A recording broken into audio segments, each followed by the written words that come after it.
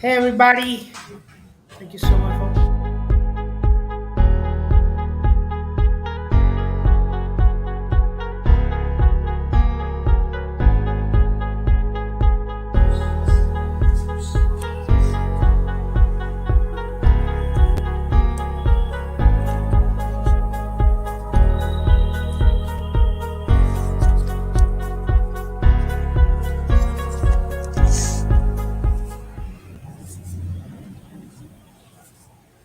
So hey Hello, Mayank, Vishwas. so let's just start with it. I am So audible Mayank, clearly. yeah, you're audible. Yes, you're audible for sure. Yeah, I think that's it, man. ML is the new hope, right? You're now just trying to demystify everything, and I think let me just share my screen so that you all can see my window, so that we all can go ahead and do a lot of things. So yeah, no, go ahead, Mike. We'll just go on with the session later on.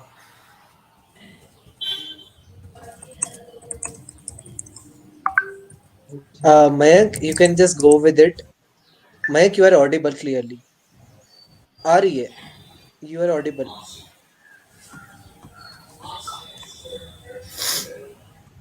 You're audible.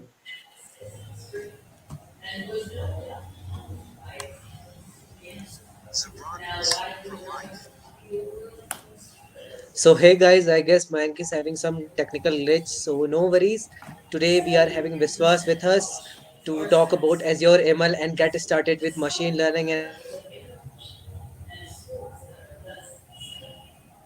and he is the best speaker to talk about this. Viswas is having an incredible experience in Azure, and he is been working from a long while in Azure portal and all these things. So, over to you, Viswas. Yeah, thank you so much, Lakshit. So, it's all about that journey that we want, right?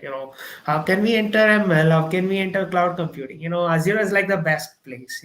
Yeah. I can also show you other services like Databricks, which is having similar kind of services where you can really go ahead and start your journey out there. Sorry for my voice if it sounds like a Scooby Doo, can't help it. I have a severe throat pain, so bear with me for that. So yeah, let's just start with it. So portal.azure.com.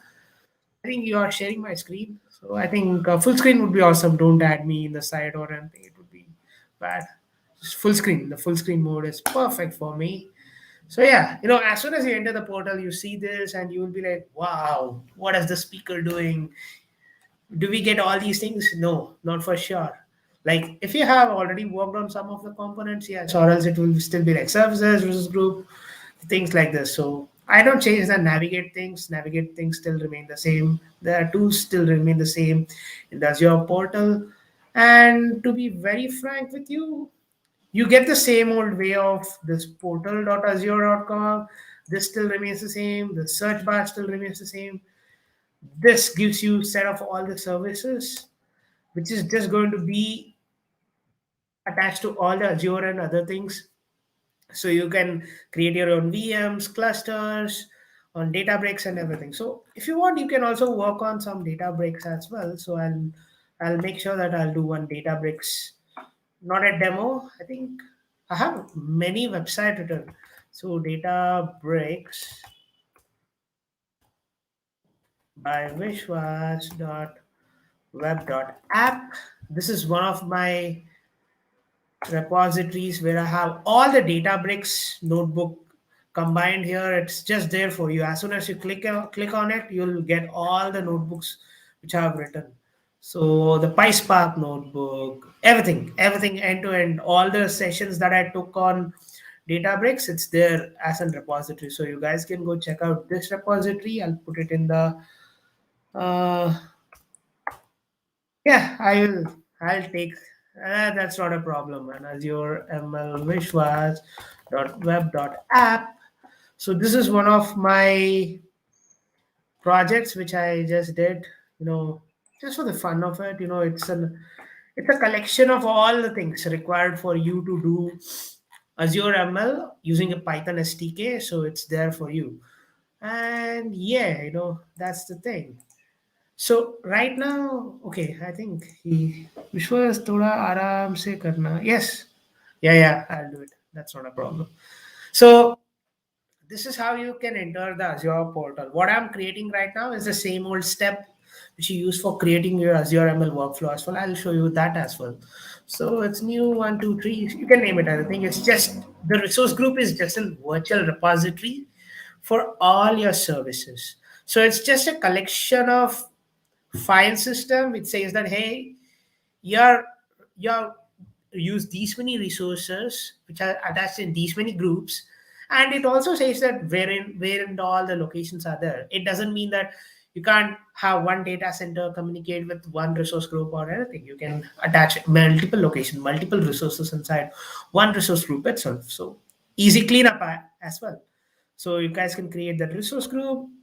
As soon as you create a resource group, there are three other things. So it says region, uh, workspace, region. So it also says pricing tier. Pricing tier is also a different way of saying, okay, what do I need when I have this much amount of workload? It's all about that capacity planning. It's all about that way in which you are really working towards solving that problem statement at the scale. So this is what the problem statement is all about. So there is always a premium role, trial premiums, and DPUs are nothing but data brick units, which is nothing but a complete compute repository, which will be just coming for you, packaged with all the Spark dependencies given to it. So I think better way is to go for a standard. It's easily scalable, and if you are writing some POCs for your companies, I think trial would be a better option, because trial will give you a good amount of DBU in order to have such kind of an data interactability over a course of time. I think this is a better option if it's for a POC, proof of concept projects. So if it's not a POC, don't care about that.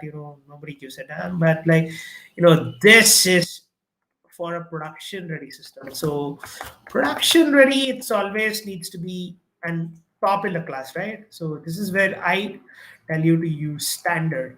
So standard is for the production ready environment. Trial is for some POCs. So it's good enough for 14 days. You get to do a trial with that product. So you can go ahead and start creating that cluster. It's validating. Now it will start creating the cluster. So let's just see what is happening there. So it's allowed to create. I think let me just wait for the submitting done. So that's perfect. So even in Azure ML, as I told, it's the same old way of creating it. So I think you just go to the create will do all the magic to you. It's the same old way of saying all the things, but extra things are there's keyword, there is storage account, application insights, container registry, which is always there for you. So it's the best thing, right? So let's just put it in ML only, because it's an ML. So which was ML workspace, and I think that's the perfect option. You guys can go get out with all different forms of no restrictions, and everything is starting to work here. So you guys can go check out what is happening here. So everything is sorted for you. So right now it's going to be there for you. Any questions, any doubts? So no problem. If you guys don't have it, that's also good. But being without a question, I think probably I have to doubt you guys, man. So there are different ways you can interact with it. So compute cluster directly comes with all these kind of instances and everything. So I'll show you how to go to that as well. So don't worry about that. So I think it will take a lot of time, but let's just hop into the already created ones. So, so in a meanwhile, when you are creating some sort of a resources, you need to know where are all these resources coming up, right? So as you can see that there is already some models deployed, but these are still the container registries which are communicating with the compute instances that I created. I told you, right, there can be multiple locations of data center that can be interacting at one given point of time. So here it is. And the storage account still remains the same. There is always an key vault which is always there. Oh, sorry for that. So the storage account is here and the key vaults are here. So the key vault is this in the marked in the red, and this is the application insights. So what I'm showing to you right now is a top-notch level of governance that you can really take care about. So any amount of AI and ML you do, if you don't have an application insight about all the things that is going down in your system, what is happening, how much of CPU is being used, how many failed requests came in, all these things, right? That's the best part about it. So it's an application. How do you get an application insight? So that's what it's doing right now. And all the things has been created. I think it will take time to create. Of course, deployment succeeded. Yeah, it's the Azure ML workspace that I created as a new one. So let me just start with the new workspace itself. So as soon as you go get in, there'll be nothing. It will be blank. But a tip from my side is just go start creating compute instances. And the magic of why I told you to have locations is that you should know where to create a location where you can access all these GPUs and TPUs. I'll show you one of the resources that I created earlier. It was in a central US region. It doesn't have a support for you to get the GPUs on the compute cluster. So I can show you how. I click on the GPUs, none of it is selectable. Of course, it's available, but none of it is selectable. So what I did was I clicked on the request quota. So I clicked on this, and now I'm being redirected to this. And you can see that in this region, there is no N series coming up. So there's M series, there is only one N series, and that is of no use to me. And right now, I want to see other places. Where are they giving me N series, N series, N series? I can use Japan. Japan has good amount of N series available, and I can use North Central US as well. So it depends on you. Like, where do you want to really make your architecture or the workspace sitting down the line? So this is where you're going and fetching towards. And as always, you can create as many instances as you want, as many jobs as you want, and you can start working towards all these things. And it of course takes some time to create it, because they're actually in the back end, they're actually giving you an entire cluster of a center there. So in order to keep it more secure, so that if anybody is accessing the kind of a service similar to you, they should not be able to access to your data center, right? That is your data center. So it's basically your DGX machine on your system. If you just choose a different one, it's going to be an amazing machine, by the way. So let me just show you how is the DGX machine looking like. So for Tesla M60 cards, so this is an ultimate DGX machine to you. So a Tesla architecture, four NVIDIA cards attached to you with a high performance of compute given to you for delivering such kind of a models. It's nothing but an DGX 1000 machine. So it's a DGX 1000 NVIDIA. It's here. So this is a mini data center that you'll be creating right now. And you just have it in a click. Just you have to wait for a second, and voila, you have an DGX machine which is attached to you right now. So of course it takes some time, it will be there, but like I would say, like, there are different options available for you at the end of the day. So you can create a notebook, train as many models as you want, or else you can, if you are very lazy and if you are like, okay, let's just see whether which algorithm works fine first and let's just go on with it, that's also cool. AutoML is there, but dataset has to be compatible. I can show you some of the examples where datasets were not compatible, and it didn't allow me to train any of the models, and that should never be the case of it. So this is where data engineering and data management and all these things comes into the picture. So you can see that, right? I showed the SKUs, and there is always this, and you can see that here it's saying that, hey, this entire data set is something different. We need a new data set, and the schema building is an amazing headache. So if you don't want that, AutoML is always there. It helps you with all these things. So even if you can see that I changed the same old data set, I changed doing all these things, the data set was not supporting and the experiment was not created. And you can see that This is a state of the art prerequisite that you really require for your entire model building process, and it does everything. So if you choose any model which is not feasible according to that data set, it's not going to work for it, and it's going to give you that red tick. And similarly for the others, and if it's running, it does all the featureization, everything. It does all the kind of a deployment. If it says unhealthy, means that there is no way that your model is going to be deployed.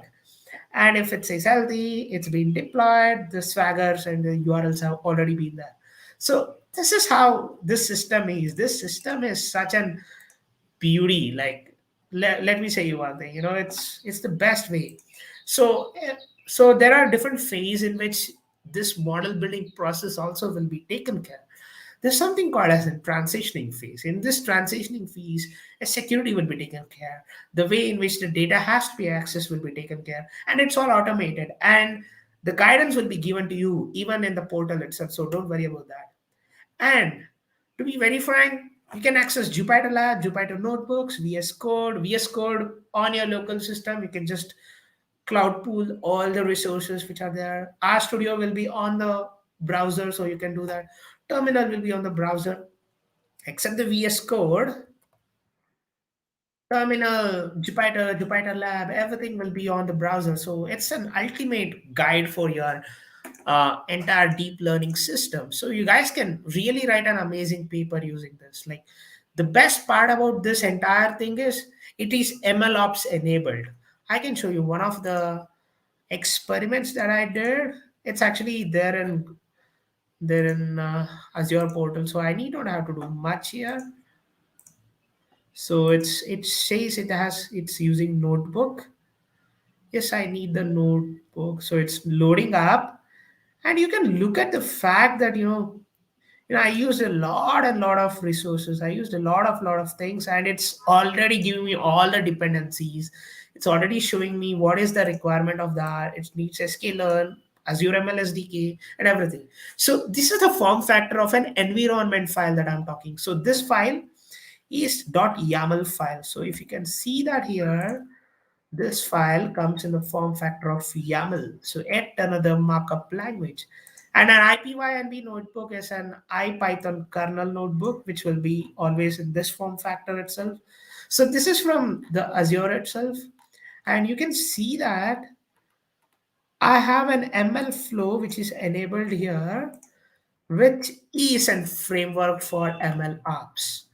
And to be very frank with you, if you are using any of the notebooks, or else if you do any of the system, I think I have one. I think I'll just get the link from here. So I think there's one ML flow. I think, yeah, I think I did one ML flow here. Where is that ML flow? It's ML flow is here.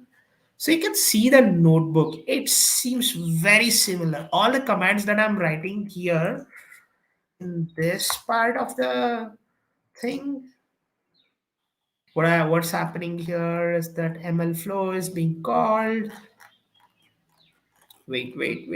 ML flow is being called. I'm saying it to the set experiments, auto log all the different matrices and everything. So what's happening here is also similar. That I'm training a model and I'm collecting all the insights, all the graphs onto non repository somewhere down the line in a Databricks. So I'll show you how the Databricks environment is as well. So don't worry about that. Lakshit promised me one thing: never skip my schedules. I don't know, if I don't give a session, I'll just fall ill, and that's the worst part about it, man. Just keep me busy. 4 to 8, I'm giving it to you. So in a similar way, right? ML flow is always there. There's a model building process, and after training all the model, it will just be in the form factor of this URL. You click on it, you will understand how much of an data is required. And I don't have an entire data set to be given to you. What I do is a simple step. I just click on the execution and I start executing all of this. I think this was being executed already, or else it will show me as one script run. The great garlic in experiment is failed. Why? All right.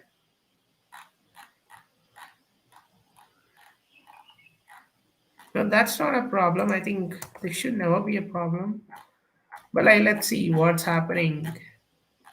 Download the data set. I think I didn't do much here. All right, let's see. Name error, data folder. Where is the data folder going wrong? All right, let me just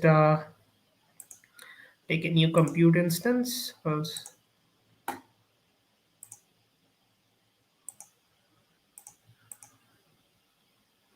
Oh, sorry for that. I need to start it. I'll start it. Start. Start. I think let's see what happens when I change the compute instances which are available. So it's here. So I'm confirming you. So let's see what happens as a magic in the new compute instance.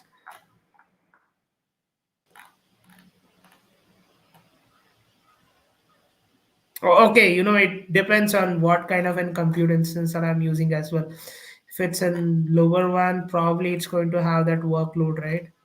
So of course it's going to not take it into consideration. So yeah, I think memory leaks, everything are considered. So it's just an endpoint that I'm creating right now, and it's just taking care of all the things. So now after executing it, this URL as an endpoint that I showed you will be triggered again and again and again based on the random amount of inputs that will come from the code that I've written here. So you guys can see this code. This is not written by me, by the way. This is from the Azure team itself. So I just forked it there. So it's working because it's a session that I wanted to give. So I just wanted to give you a complete intro of that. So I think this is going to work. Yes, this is going to work. So see that, it's already logging all the different matrices and everything. So you guys can see that all the models which have already been built is already been here. Pipelines are already being taken care here.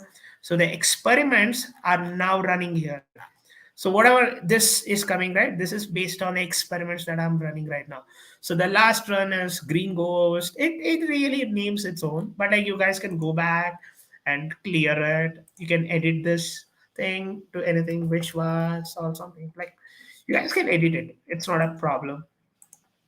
So it doesn't matter, like as soon as you leave it, it doesn't vanish. All your workplace will be running backend in the cloud. So that's where you're paying money for. So you need not have to be full time. So what if your power goes off? Of course, cloud will be running all of it. You can come back and start using all these.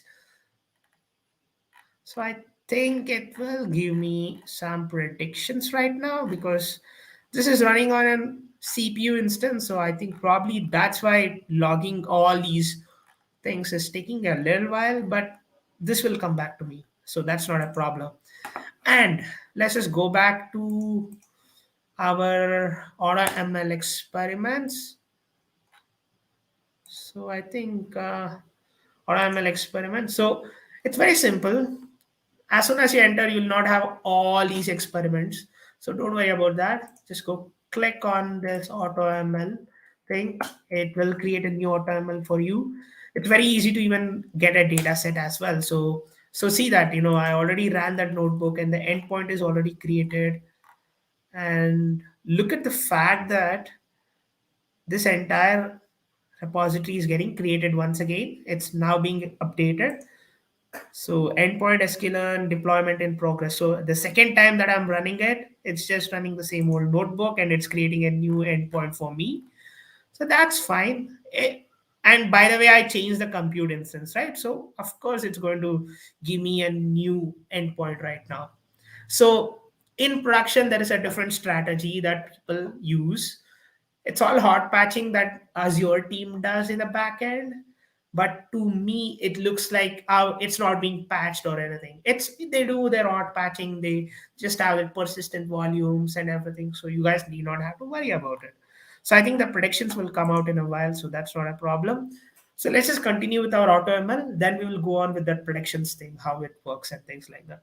So there are four different ways in getting, so you can get your local files dumped into that data set, and also you can go to this data store here.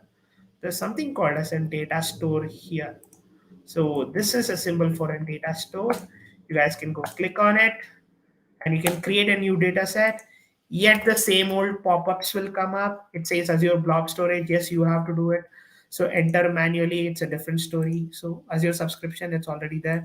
So the storage account, so there are different storage account names. I can use any one of it. So that's fine. So blob container, Azure ML only I'll use. And authentication key, I have to just go get from that authentication key, but I can't show you that. I can show you that. That's not a problem. Portal.azure.com. If you go there, you guys can go get the key, paste it out there, and you will be sorted. What's that storage account name? SML works. Sorry for my coughing. I'm very bad in health play. That's why I'm giving him complete. So yeah, you guys can go back and see how the data sets are being created, right? So it's very simple. You go to the security and the network option here and go and click on this access key, and you have it. You can rotate the key as well, so you need not have to worry about it. So storage account name is there, so you guys can go check out this account, so you guys can copy all of this. So let's see whether it has come up. Oh, it's not at there, so that's fine. So you can rotate the key as well. So currently the key will become immediately valid if not recoverable, and it will be regenerated. So see that it's already regenerated and the things like that.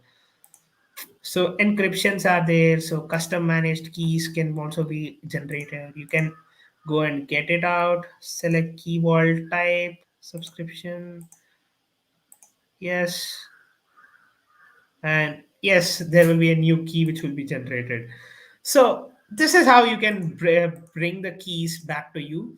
So I think that's going to be another topic on its own, so let's not worry about that. So I don't want any credentials to go there, so I can just move ahead and store any sort of a data set which is required.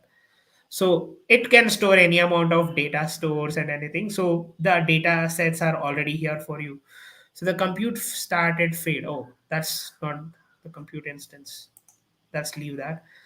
I think better we can go and create a new data set and create from the local files. You can add it, or else there is an option where you can open from the open data set. There's diabetes data set, and I have already taken it. So new data something, I'm just taking a new data and I'm just adding it there. So it will get added soon, it's not a big problem. So as soon as you refresh it, new data comes here. So this data and that data has no difference, so I can show you how to do in using that model as well. So this data and that data has no matter, so it's still the same old diabetes data set from Pima India. So you can create a new experiment, let's say, which was new EXP. I didn't name anything like that. So I think that should be perfect. I think I am going to give body mass index as the target column. Don't worry, explaining data set and everything is going to be another day, but like I don't want to waste your time. So we are going. So look at that. It already shows that it's good for a regression algorithm, which is going to be good for it, not any other. So if I choose classification, yes, it's going to say that, hey, for the classification task, the targeted column cannot be a decimal, and all these things, right? The schema and everything is being considered right now, and everything is sorted.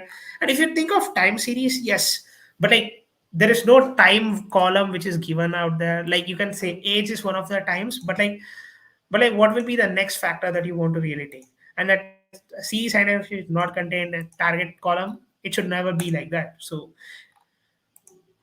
it's always that problem that you need to solve. So it already chose regression, perfect for that.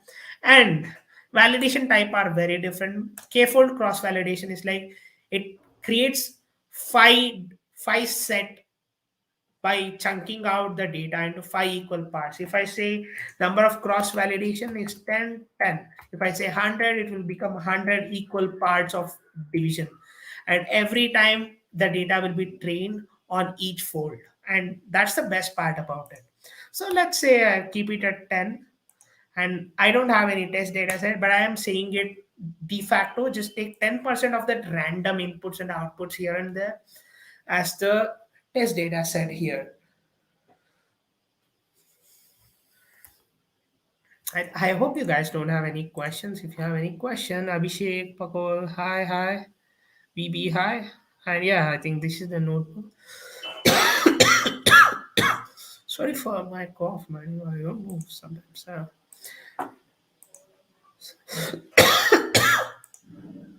So yeah, it's not started, but like it is already started and it's setting up the run now.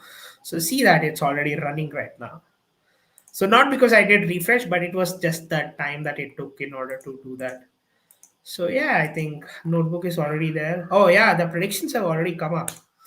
So it's the prediction code. Now I'm going to do it. So now it chose two. Next it might choose any other number. So any other number will always be coming up here. So you guys can keep doing it. So randomly just chooses some number and it predicts it. So it's just doing the same old input and output data type, but in a different way. That's well and good. It's in a form of a string, even though it should be in the form of a data set. So that's another story. So we'll be taking everything in detail in the later part as well. So it's running now, and this is the best part about it, right? It just does its work, and you just have to go to an experiment, which was already completed. And let me just go to the data guardrails. What does it say about? So it says the status of the data set, how many validation was passed, was it fit enough for training the data? Yes, it was fit enough. And also see the magic, it already created a lot of data set. And to be very frank, there is already an explanation created for one model, which can be highly explainable. And it's saying that, hey, your model is good, let's just use it. And there is a previous version of it where you're actually plotting different data set. The heat maps are already being created, the global inferences is already created, the explanation of all this different heat maps are also given here. The summary of importance is also given in the form of this graph here. So you guys can go check it out between what is happening here and there. There are different matrices which are already taken care from different models, and you can already see that all these models are here, and you can start plotting these plots right now. And all these plots are interdependent, and it already just came in front of you, right? This is an ideal situation. This is what an average prediction look like, and the lower bound and upper bounds are already given to you. So don't worry, it's just mathematics which just goes behind. And see that the data transformation is like how much of it's numerical, how much of it was categorical, mean imputers, how was the data being imputed and transformed, and how was it pre-fitted and overfitted, and everything is being given here. And the test results, the best of the best test results is given to you. 0.1653, an amazing normalization value, took this much amount of time. And if you can see what kind of a model is this, it's going to say you that, hey, you had this much amount of data, and this is the explainable variance that I can give to you, the mean absolute error that I can give to you, and all these matrices are there in front of you like anything. And you know, if you can go ahead and resubmit it, it'll just start training once again. That's it. So currently no compute targets available. Create a new compute target. Yes, of course, but like it's going to be another way. So all these things, right? Recently the world is explainable, fairness and monitorable part of the AI. It's still under the preview, but hopefully one day we'll start using. So let me just go to the point where you can deploy a model. So there are different models which this experiment created. So let me just say I want to deploy this model. How do I deploy it? there's already a deploy tab here. So you guys can go and deploy it and web service. And if you are using Azure services and for deploying it, of course, it's going to be paid. If you are downloading it and deploying it in the form of a web app, that's going to be free of cost. So you guys can go and check out like how are we going to deploy this model, right? See that it already created a scoring file for me, which has all different scoring files here for me, which is saying that hey, you know oh, I think this is my sister practicing something. So I think I need to extract all. I need to check on what is the scoring file is. Open folder. I need to go to the downloads and yeah, select folder. Don't save because I don't mind. It's just hello world there. So yeah, you can see that, right? You are getting all the things written, including the schema code is written here for you. So that means that you have to do less amount of work here, more amount of the deployment there, and everything is sorted for you, right? So there's a model.pickle. You can directly go and deploy this pickle file. So import pickle, move it in a form of an fast API or something. You guys can do that. So this is how you can approach the explain model. It's not available for me. I think probably I can make sure that it works here. So explainability is running good. So explaining model has always been there. So I think probably I can choose one more model, which was using a non-explainable part. So I think I'll go there and I'll start worrying about like non-explainable models. How can I start getting the explanation of it? So I think compute instance, I think I'll start using it, and this is how you can do it, right? You know, this is what you need: an end-to-end pipeline for your repository, and see the magic explain created. The view will be in the child runs, so that will be perfect. So yeah, child runs are already been running, and you can see that, right? In that child runs when it's running, there are different ways you can explain the model. So you guys can go check it out. So let's just go and deploy this model. Click on the button here. So deploy model is there. Deploy on the web services. Yes, I want to keep it as in the form of an API itself. Let's say which was new 345 something, a unique name. And if you want scalability, use Kubernetes. I don't want scalability. So container instances are good for me. Sorry for that.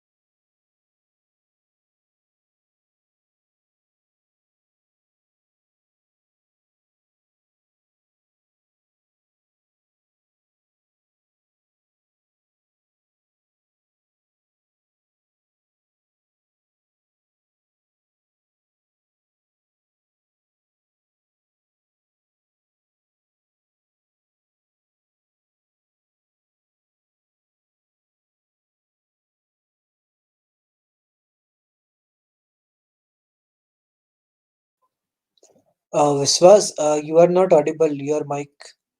Oh, sorry. Oh, sorry for that. So yeah,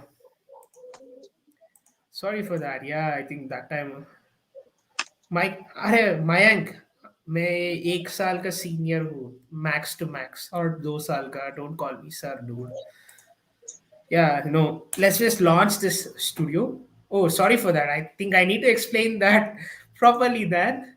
So, okay, very simple. So I deployed the model and it came out in the form factor of this REST API or the Swagger. If I click on it, I get all the information about the Swaggers here. And this is the best part about it, right? What I'm doing in terms of fast API is also in REST API. What Azure is giving me in terms of Swagger is also this. So everything is sorted here. So I can show you one more data set which I use this an MNIST data set. MNIST dataset is an handwritten MNIST dataset. There are different MNIST datasets, skin cancer MNIST, Kannada MNIST, and things like that. But MNIST standard dataset is number of digits between 0 to 9. So that's 10 digits of dataset. So it will be in this form factor itself. So 0, 1, 2, 3, 4, 5, 6, 7, 8, 9. So this is how it will be. So yeah, it's a so the perfect example is this 0, 1, 2, 3, 4, 5, 6, 7, 8, 9. So there are different ways of writing the same old 0, 1, 2, 3, 4, 5, 6, 7, 8, 9. And what happened here is very simple.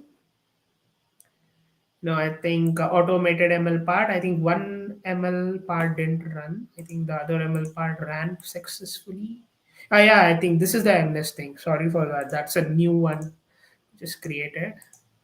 So I think it's not required. I will show you one of the Swagger which I created there.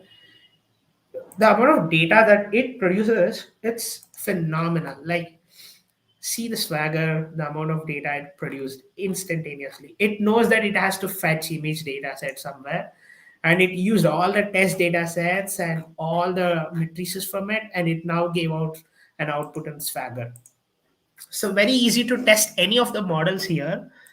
So yeah, let's just go ahead and click on the deployed model, very recent ones. I think click here for the info. I think it's yet to come up. So let me just go and test a model here. So how to test a model? Click on the model endpoint, test the model. You'll be coming out with this kind of a JSON editor or a formatable editor. So let me just say I'm 30 years old.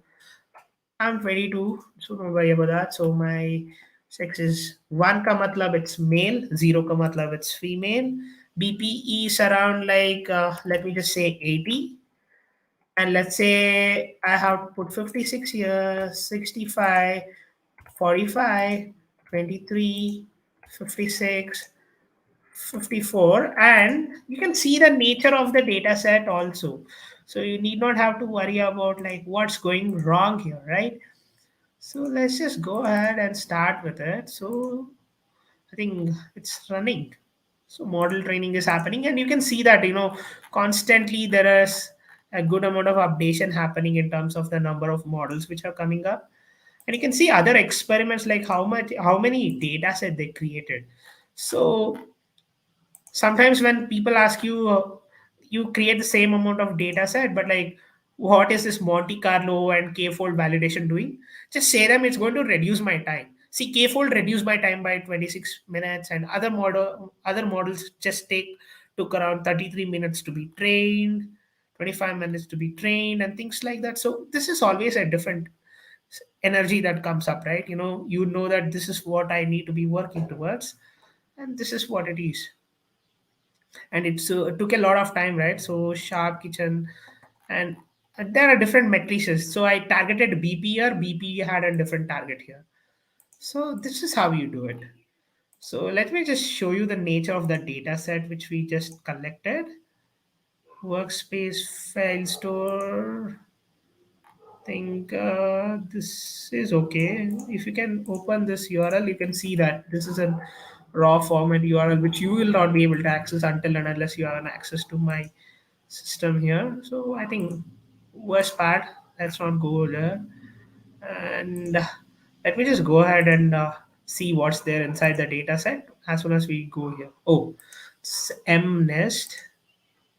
This is the other one, right? So yeah, let me just go and see what is there in that y data set.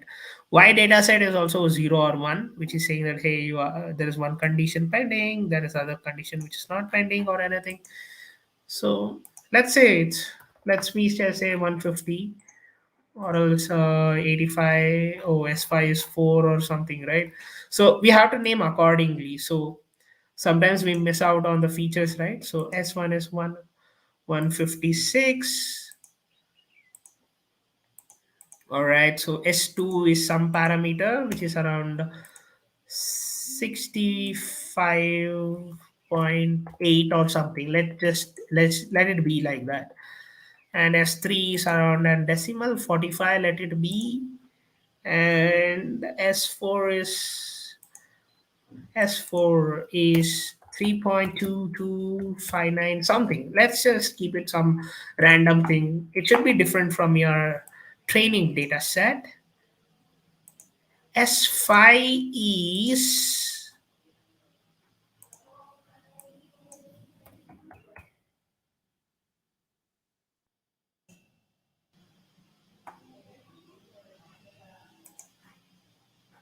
56 or else 73. Let's just keep it as 78 here. 150, let it be. So test it. So the raw result comes to be this, right? So very simple. If you go back to this, click on this URL, the tested data will be coming out here. So it's saying that it's listed out of range and you need to change some data set and things like that. Sometimes it comes healthy, sometimes it comes inactive, other things like that. So age is null, null, null. So let's just test it. So raw result came out to be some 27 point something. So let's see list of range, indexes out of range. I think so. This is how you test the model. So I think that's it from my side, folks. There are a lot of things that I wanted to share, but 1 hour is very, very, very less for us to even show you everything about here. So that's it from my side, folks. Do you have any question? Sir, we did not get your voice. Sorry on that time. Yeah, sorry for that. Sorry for that. I'm not sir, by the way. I'm Vishwas. So, yeah. So, any questions you can Any ask in questions? comments. Arey, sorry, it was the worst session that I gave, man. How come you're saying it's awesome session? I think No, was I it's audible for you like throughout the yes, session, yes, right? sir. You was audible.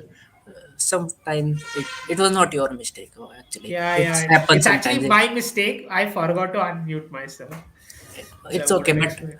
it was awesome session. It was informative too much. Yeah, deploying is not free, by the way. Deploying has its own cost. Everything comes at its own cost in Azure. Not now, probably later when Azure becomes an $1 trillion company, it might give you for free. But I don't think so right now they'll give you. But if you have any doubts, just reach out to me. We'll just figure it out somewhere.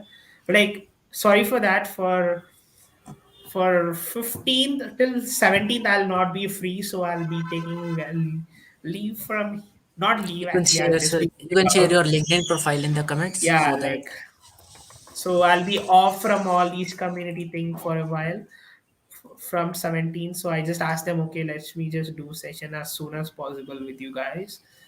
So this was actually supposed to happen 28th or something, but I was not well on that day and I had to go yes, you ahead. can use student developer pack.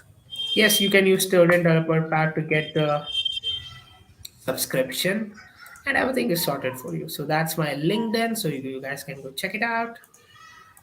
You can always connect with Vishwas sir, and And you can ask. also Mayank also. Mayank sir नहीं है भाई, ये भी तेरा teammate है ना, तो sir नहीं है.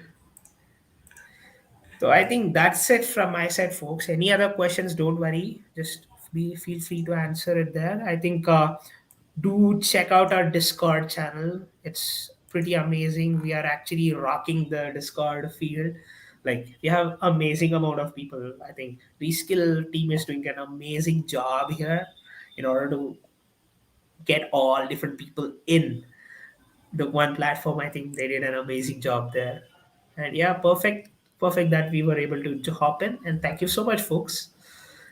Thank you so much for the session. Thank you all for joining in, Yep. and we will keep doing the sessions. And Game. yeah, I have to make an announcement. From 18th to 1st of the March, there is one session which completely covers end-to-end DevOps as an intro. So you guys can go check it out. That I'll be taking it, and I'll be calling some more experts on DevOps, and we'll be having an end of the DevOps talk there on March 3rd. That's what I'm planning. And from March 2nd to April, somewhere down the line, we'll be having sessions on deep learning. So yeah, so deep Cool. learning will be awesome for you folks. And I think Lakshit Okay, so has last something to announcement. announce. Yes, I do have. So last announcement from my side, guys. There is a Discord channel link I have already shared. So do join the Discord channel. Next Friday we are having one more quiz. Every Friday we are taking some quiz on Azure, so you can just participate in these and win some amazing swags from Microsoft. And top five winners will be getting the swags. Okay, so do join our Discord Sure. channel. We have a lot of things for you. So see you there, guys. We will take a Thank you leave. so Thank much, you, Viswas. Thank you for folks. joining. Yeah. Thank you, Mayank, for hosting the session. Thank you, everyone. See you then. Thank you, Bye. everybody. Bye bye.